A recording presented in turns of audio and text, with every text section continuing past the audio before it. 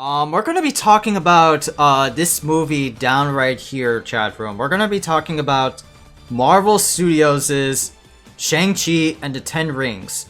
I know it's an old movie. It came out in theaters like around September-ish, but I was waiting for this movie to come out on Disney Plus ever since it got announced on like Variety like magazine or some shit like that. That it will be available on November.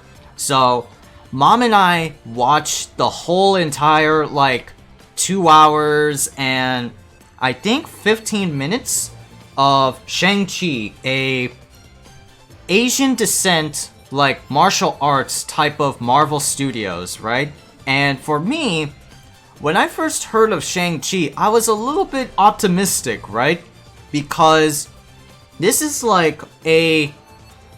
an appropriately accurate Iron Fist, right?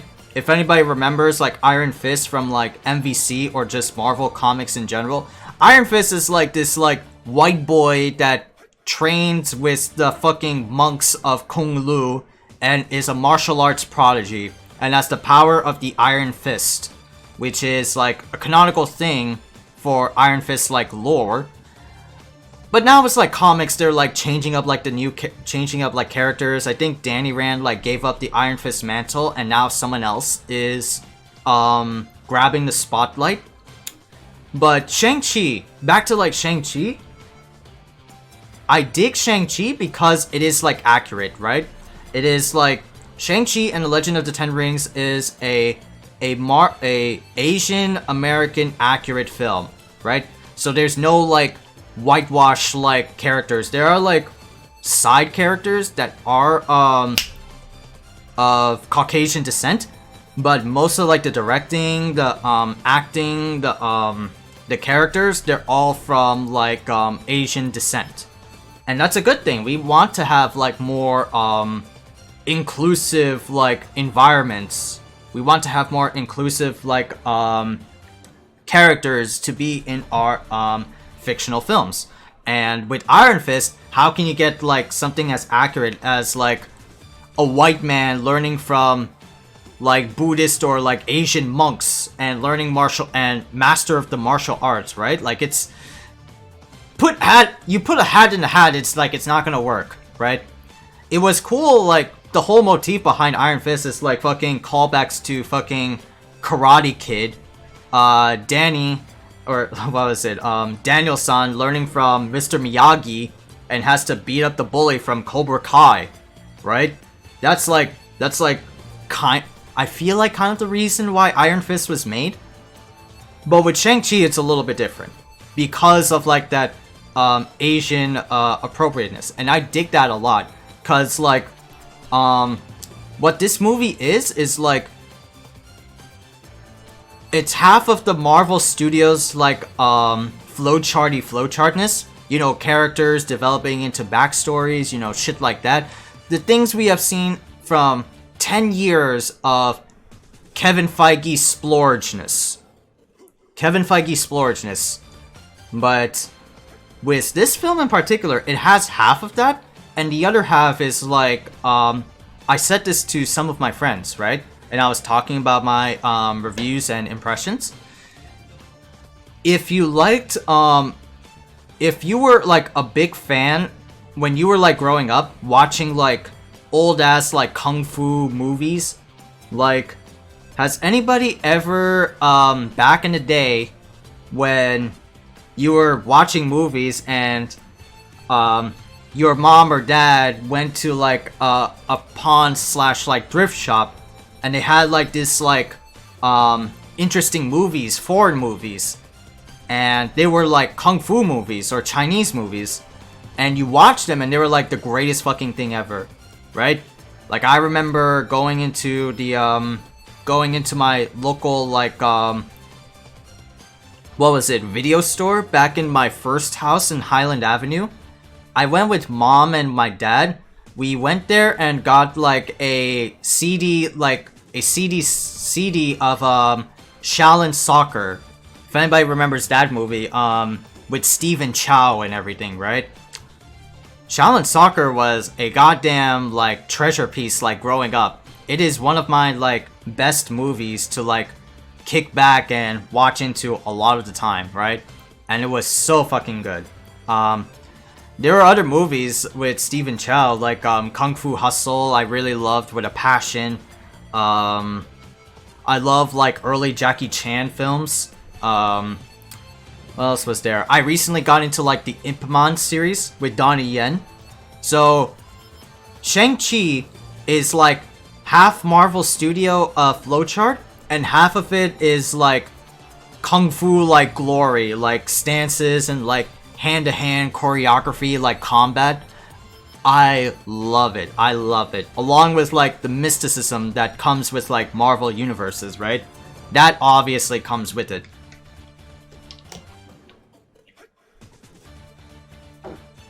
Ugh. Drunken Master and Legend of the Drunken Master are some of my favorites. Oh, those are also Jackie Chan like classics, right? Those are also Jackie Chan classics. I have got to like watch some of the older shit. Oh, sorry. I forgot. Where's my just chatting? I just remembered. I just remembered the chat. I just remembered the game tag. There you go. Better. Good. Yeah, definitely classics. Yeah, which is funny because like I never watched the old Jackie Chan films. I gotta start to. But yeah, it definitely has like that vibe of like Jackie Chan, Jet Li, Donnie Yen, Stephen Chow type of like kung fu films. And if you love those like growing up and even do like now, this is like a movie for you. Yeah, choreography was good. Everything was just super like, you know, smooth, you know? Everything was just fan-fucking phenomenal. Dialogue is definitely like a little bit, or music. Dialogue and music. Oh no, let's go with music, right? Let's go with music, right? Music is definitely on the, hold on, let me check the...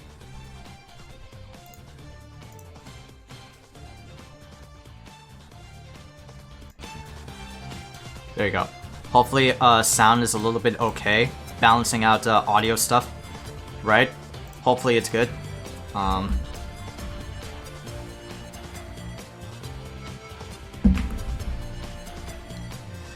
Alright, but yeah, definitely. Wait, where's my thing? There you go. Jesus Christ. Okay, good. But yeah, like the music in Shang-Chi is also like that half-half scenario with like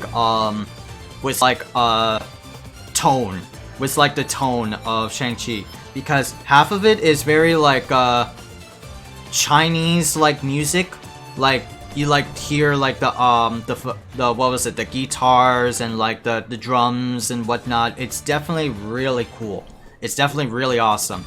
And half of it is like millennial like Asian rap, or like Asian hip-hop, or like the new waves of like K-pop, right? And if you're a fan of it, yeah, this could be also a movie for you, right? If you just like love listening to that new age like Bollywood music, for example. Like now Bollywood music is changing to like more catering to up and coming millennial, like Gen Z or Zoomer or whatever the fuck you want to call like new age Indians. And Asians also have that as well, with the change in dynamic of music.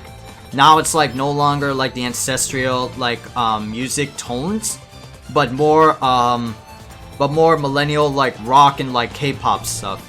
And that's where Shang-Chi's music, half of it comes from as well. And it was super fucking, and I didn't mind it as much. It was a real like shift, because I never heard like that type of like rap before. Usually like rap is like, no offense, but like it's kind of like black and white for me. Like it's like, okay, rap is like this, right? Rap is like that from this so and so artist. And that's how it has always been. There's like no gray matter, right? But now it's like, okay, the gray matter is there, and it's kind of nice, right? It's kind of nice. Unless it's very cringy, like if you go to like, let's say my cousin's wedding, and up and coming motherfuckers I just can't stand just playing bombastic fucking Bollywood like sounds with a mix of like hip hop and just like loud ass music everywhere, partygoers. It's just like, that's not my thing. Get me the fuck away. Get me the fuck away. That's it. But story, but I covered seemings, music, dialogue. Yeah, that's also there. There's very little dialogue, which is okay, because Marvel Studios heavily like impacts on like, you know, the dialogue centric isms of like how characters like talk to each other. That's the main like frontal point of Avengers, outside of like the action scenes, is like how characters or how things like interact with each other. And that's definitely the Marvel like Studios' gimmick. And for Shang-Chi, there's like only very little bit of that. There's only very little bit of that, but it's outweighed by like the it's outweighed by like the action scenes. Not that there's like no dialogue at all, right? There's obviously speaking parts, right, between the main character and some side characters, obviously. But yeah, that's definitely taken like a 40-60, where 40 is like the dialogue and the 60 is like the action. And I don't mind. I don't mind, because like, you know, there's always like action movies that always have like 60 to 70 to 80% like action. Like bombastic explosions everywhere, my name is Michael Bay, and then 20% is just, you know, dialogue and respecting lore, all that stuff. I find that very boring. Like, I remember my dad, like, he always puts up, like, Steven Seagal films or, like, Bourne Identity or things like that, because he loves action. He's an action man. Oh god, Michael Bay. Yeah, exactly. Oh god, Michael Bay. The goddamn action director of Sunnyside, California, that ruined, that, how I feel, ruined, Transformers and Teenage Mutant Ninja Turtles, making them as fucking as raunchy as they possibly can, and just having like Megan Fox strutting her ass like around, especially Transformers. Yeah, made like five movies depicting like the junk bots, and then the only decent one of the Transformers live action movies was Bumblebee. Because Bumblebee was a good film. I don't care what anybody says. Like, Bumblebee was, like, an alright, tolerable film. It doesn't have a lot of, like, the junkiness, junkbotness that Michael Bay was known for before, when he started Transformers. But it was definitely good. It was definitely good for what it's worth. It had G1 Transformers. It showcased that. It had a few, like, Autobots and Decepticons that was there. And yeah, it was just a fun it was just like a fun ride. Bumblebee was good. I remember that one. Yeah, it was definitely good. Had like Peter Cullen and everything. No Megatron whatsoever. There was Starscream and there was like a few like Decepticons, but it was very short. It was very like concise. I'll give it that. It was more like weird quirky girl finds like outer space like object or mystical object and must protect it at all costs from bad guys. Like fucking like E.T., you know? Like an E.T. trope. You know, but that's like action movies, right? That's like action movies where there's like that 20 dialogue, 80 action split. And I don't like that. So with Shang-Chi, it's like 60-40, and I don't mind it with less dialogue and more action. Because again, if you grew up with Chinese movies or old kung fu movies growing up, then this is definitely the game for you. Not game. Wow, this is definitely the movie for you, right? And that's what Shang-Chi is. I love like the choreography. I love the combat. I love like there was some mysticism, but mostly it was just like stunts and like kung fu like goodness, and I really loved the shit out of that. That's what I like growing up. Like I said, I loved watching Stephen Chow movies growing up. I loved watching Shaolin Soccer and Kung Fu Hustle a fuck ton.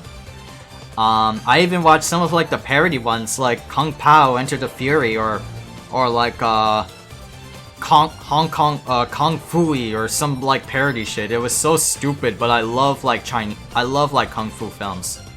They're like the greatest bees fucking knees like watchathons I could ever have, you know, and it's great. It's fun. I love it. 10 out of 10, 100%.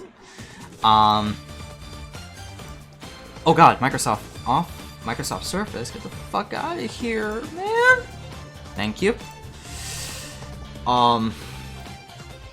Yeah, but now we're gonna get into like spoiler territory. So there should be like a big like fucking spoiler tag right here. So spoilers incoming for anyone who hasn't seen Shang-Chi and the Legend of the Ten Rings, right?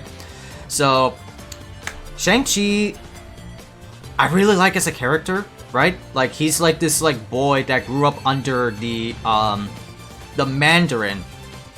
I'll be here, but I haven't seen it, man. I know. So spoilers, right? If you want to like mute or still be here, spoilers ahead. You know, I don't want to like ruin anyone's like viewing experience with my like spoiler talk. It's available on Disney Plus. If you have Disney Plus, it's free. You can watch it on like IMAX or widescreen. So the options are there. And with Disney Plus Day, I think you can get it for like $1.99, like $2 as like a free trial, and then after like 3 months you get like $9.99 a month after the 3 months trial period. But yeah, like Shang-Chi is the son of the Mandarin, who we remember from the Mandarin in Iron Man 3. That was like the actor dude, like the Ben Kingsley mock-up, which we felt really insulted. So the real Mandarin was like this big like tyrannical, power-hungry lord, just conquering lands and like ensuring governments and whatnot, until he met a woman from a foreign mystical land, and fell in love with her and spawned Shang-Chi and Shang-Chi's sister, Zhu Zhilan. And so Shang-Chi, Shang-Chi had like a trouble past, cause like he was like the Mandarin's like son, so he helped out at like hit jobs, and like he was like an assassin, right? But that traumatized him. He wanted to piece the fuck out, so he went to like San Francisco and just spent the 10 years being alone and like jaded and wants no trouble at all. But still has like memories locked up. He wants to like repress them because, you know, bad shit happened. Like his mother died by like, you know, kung fu bandits. And so Mandarin just felt, the whole shtick of like Mandarin is that because his wife died by like, you know, kung fu monks, he swore to himself that like when he was married, he put down like the 10 rings. And the 10 rings are really interesting in Shang-Chi, because the 10 rings act as like mystical like armlets. Like in old Marvel lore, the 10 rings were like actually like 10 rings you put on your fingers, and each one has like kind of like an Infinity Stone like property. They have like a control over some sort of reality, right? That's how it be, and that's how it do. But the 10 rings, they act as like bracelets, right? They act as like bracelets, mystical bracelets that they can like make energy shields or energy like blasts, like Sonya shit from MK11 or MK9 if you want to be astute. But that's the 10 rings, and Mandarin uses the 10 rings to like keep governments in check and be power hungry. And what he did with the 10 rings was that he was so scorned in like vengeance, he like laid waste to the people that killed his wife, or Shang-Chi's mother. And you know, after like a certain like hit job on the man who really killed Shang-Chi's mother, Shang-Chi like did it and then pieced the fuck out and went to San Francisco and now lives with as like a parking valet with his best friend Katie, who is also a parking valet and is also of Asian descent as well. And so after like a certain encounter on like the bus where some like fuckwad Chinese like thug finds like his amulet, they take it, action ensues. Then Shang-Chi and Katie go to her sister.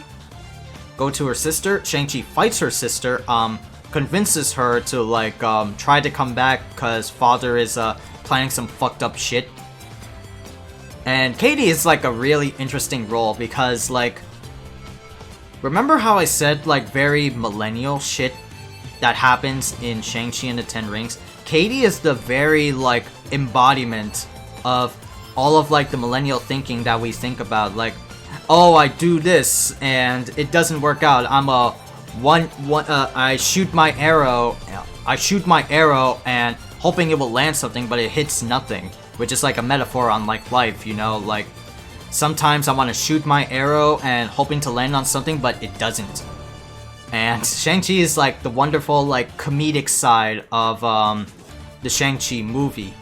Just like quipping out like lines here and there. Has serious moments, sure, but just like a fun time, just like being like the best friend of Sean, which is Shang-Chi as an Americanized thing. But yeah, like it's Katie brings like a fun like element to like the movie, and also Trevor Slattery, or like the quote-unquote Mandarin, because what's funny is that the real Mandarin, Shang-Chi's dad, locked his ass up and made him like a jester or like a joker every like week, and that's pretty fucking funny to have like this fucking playwright just you know, just do all this stuff just as a means of like survival. Just as a means of survival. It has like a pet mystical creature with like no face but with like wings and shit named like Morris. It's all funny too. But yeah, like Shang-Chi's dad kidnaps gets Shang-Chi and his sister Zhu Xiaolin, and by the power of the bracelets they reveal like a map of where the Mandarin's quote-unquote wife is hiding at, and is by like a dark cave that's guarded by that mystical village where the wife is from. And so with the help of a mystical like chubby bunny griffin thing and Trevor, they find the entrance and they gear up, they power up, they get new costumes, they fight Mandarin. Mandarin succeeds in opening the dark gate, which opens up like a mystical like bat-ish fucking creature. I don't even know how to describe it as. It's like a fucking like bat with like tentacles out of it, and they suck souls of whatever it like catches. And the dark beast, you know, is released because of the Mandarin's doing, because he's a vengeful husband, right? Like, that's also like the Marvel-ness flowchart of it, is that they want to humanize like characters. They want to humanize like even some of the more B tier or like even A tier villains to have like a motivation behind them. Like, it's not enough motivation to just be, you know, Thanos level, I destroy worlds for my mistress Death, which Death is a real thing, but they never bring it up in MCU lore at all. But Mandarin just feels like super vengeful because Kung Fu bandits killed his wife, and so he became like lost and alone, that like no other person can fill my void, even if I have a daughter and a son. And so the Mandarin goes to like the dark cave, releases the dark beast, but he realizes the error of his ways too late, sacrifices himself for Shang-Chi. Well, Shang-Chi gets beat up by the Mandarin a couple of times until he masters the 10 rings and beats his dad. But the Mandarin dies, gets his soul sucked by the dark beast. Then Shang-Chi and Zhu Xiaolin fight the Dark Beast while riding on top of a dragon under the sea, right? A dragon like sprouted because of like Shang-Chi's like beliefs and whatnot. Just called upon like a water dragon or some shit. A water Chinese dragon. And just like beat his ass, right? It beat his ass. And what was it? They defeat the Dark Beast, everything returns back to normal. Katie has got her moments, Shang-Chi has her moments, Zhu Xiaolin has her moments, Mandarin has his moments, everyone has their moments. And then at the end of the movie, Shang-Chi and Katie are just talking up to some old friends at a bar, talking about their experiences. They don't believe it, obviously. Then a portal opens up by Wong, if you remember from Doctor Strange. The Chinese mystic arts user opens up a portal and takes them to like the Sanctum Sanctorum, which is Doctor Strange's lair, and analyzes the rings with the help of, well, this is post-credit scene talking about, with Captain Marvel and the Hulk diagnosing what the hell this is. It's like the rings are like transmitting a beacon from somewhere, and they don't know what beacon it is until Captain Marvel pieces the fuck out. Then Hulk pieces the fuck out. Wong tells them their lives will be forever changed or some shit. And being the charismatic, you know, carefree adults that there are, you know, we could do that. Or they go to karaoke night and just have fun with Wong. Just spend a day in karaoke, which is just like a gimmick in the beginning of the movie and at the very end. You know, that was the movie. That was the movie. And also the post-credit scene, which is where Zhu Xiaolin takes over the Mandarin's base of operations and becomes like the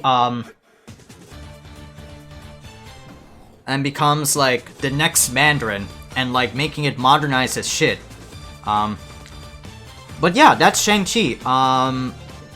That's like all, well, spoilers is off, so everything aside is all good. I liked it. I still like it to this day. It's a very like a more appropriate Iron Fist, right? It's a more appropriate Iron Fist, not just some like white boy just like, you know, just doing some like kung fu shit and like learning from Asian masters and then calling it off as like the Iron Fist. This is a totally like brand new like Marvel hero, which I did not know about. Like, I did not know of there even being like a Shang-Chi in like Marvel lore, because like what I know from like Marvel is like the classic Avengers, like Iron Man, Thor, Hulk, Captain America, those shits, Ant-Man, Wasp, and all that stuff. Green Arrow, oh, not Green Arrow, what was it? Hawkeye, Black Panther, all that stuff, and of course with X-Men, like the classic X-Men. Now in like comics, they're like introducing new multiverses and new worlds and new characters like Shang-Chi, and I don't know who the fuck this son of a bitch is. Prior, right?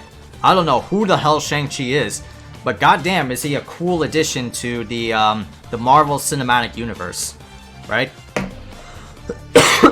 I really liked it a lot. Oh shit.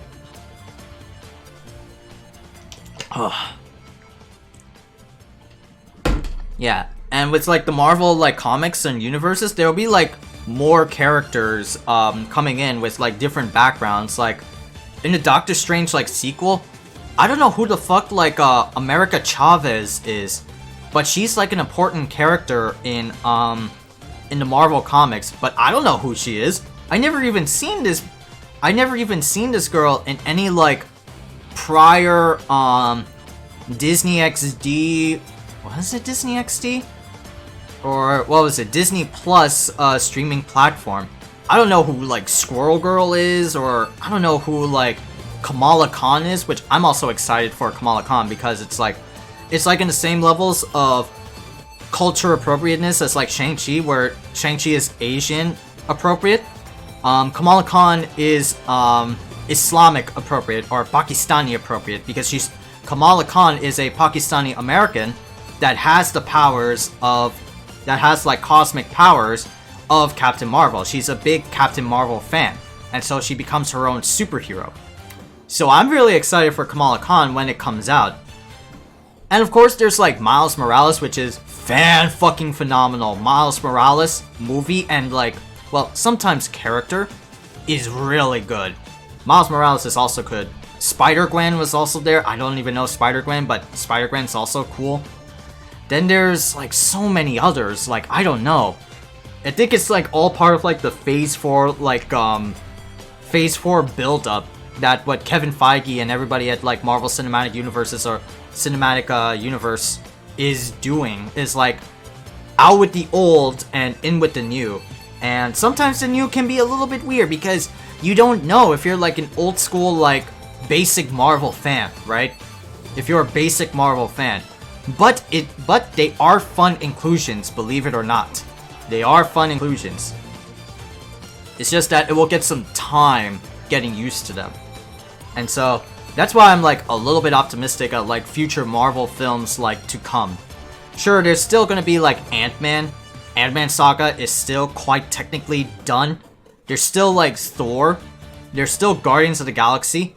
But those are like, but Thor is like, I don't know how many Thors they're gonna do because they did like 3. But I think Thor Love and Thunder is gonna be Thor passing on the hammer and like the mantle of Thor to Jane Foster. And Guardians of the Galaxy will be a continuation, and it's recent. And they're gonna fight like what was it? Adam Warlock, who's portrayed by Will Porter.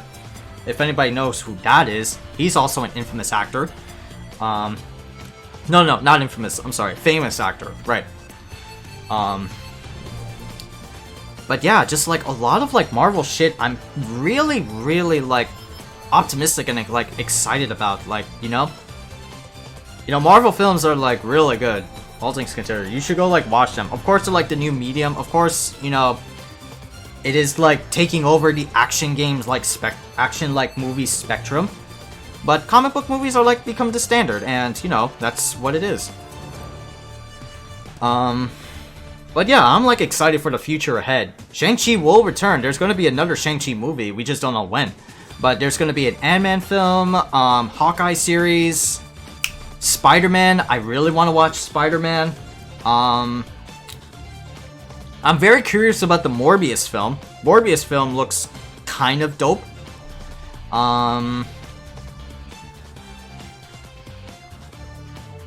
What else is there? Well, of course, Doctor Strange, obviously, right? Of course. What